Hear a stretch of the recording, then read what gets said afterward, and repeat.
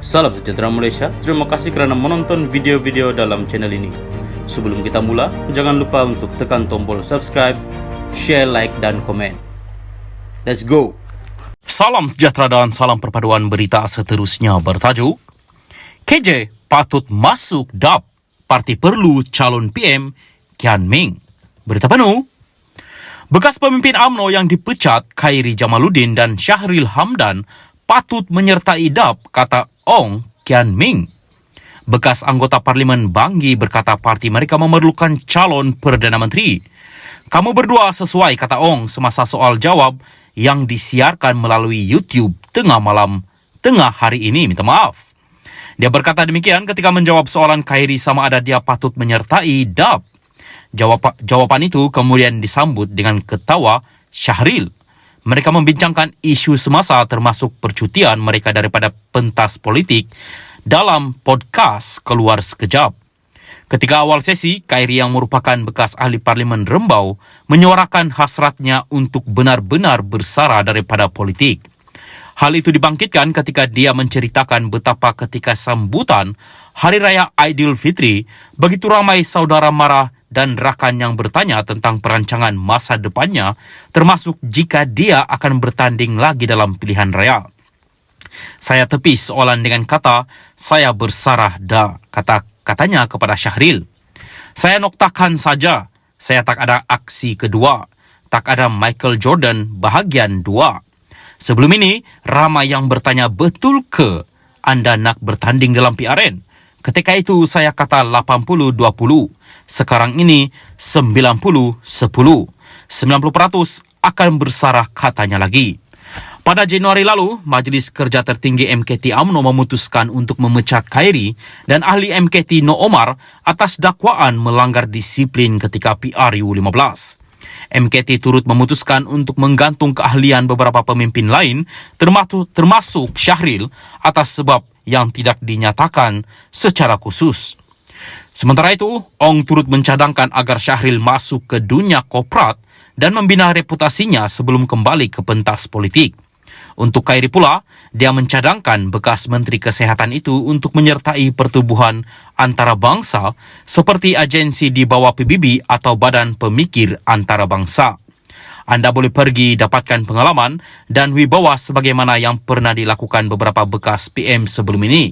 Muhyiddin Yassin, Dr. Mahathir Mohamad dan Anwar Ibrahim pernah dipecat parti. Mungkin selepas itu ada peluang untuk anda kembali dengan pengalaman yang bertambah. Saya rasa kebanyakan pengundi dan rakyat Malaysia mengalu-alukan langkah ini, katanya lagi, yang kini fokus pada bidang akademik.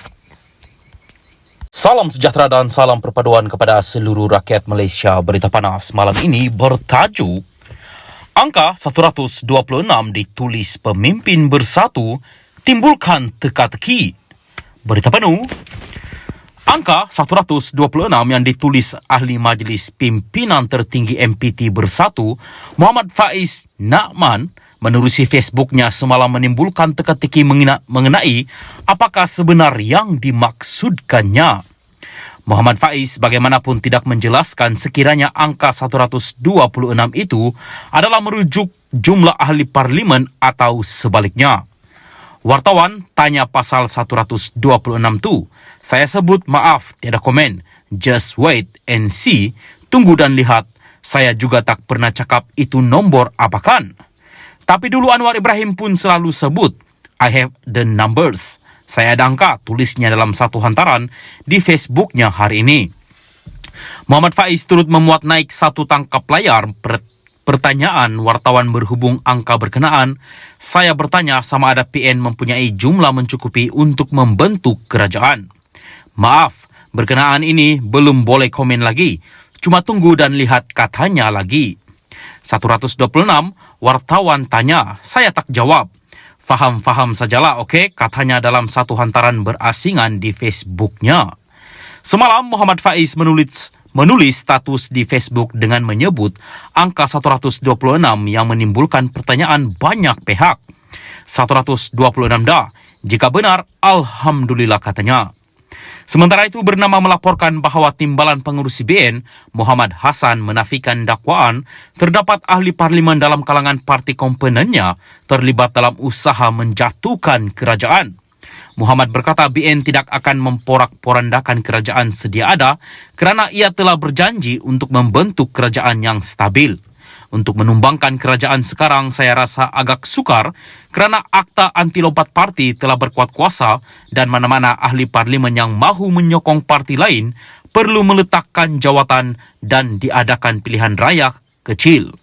Kerajaan ini juga mempunyai majoriti yang agak besar sebanyak 148, katanya dalam sidang media di Rumah Terbuka Aidilfitri, Kementerian Pertahanan di Kuala Lumpur. Untuk rekod, Akta Anti Lompat Parti yang diluluskan sebelum ini menghalang seseorang ahli parlimen untuk melompat parti, melainkan dia meletakkan jawatan dan diadakan pilihan raya kecil. Pakatan Harapan PH yang diterajui Perdana Menteri Anwar Ibrahim membentuk Kerajaan Perpaduan bersama BN dan Gabungan Parti Sarawak GPS.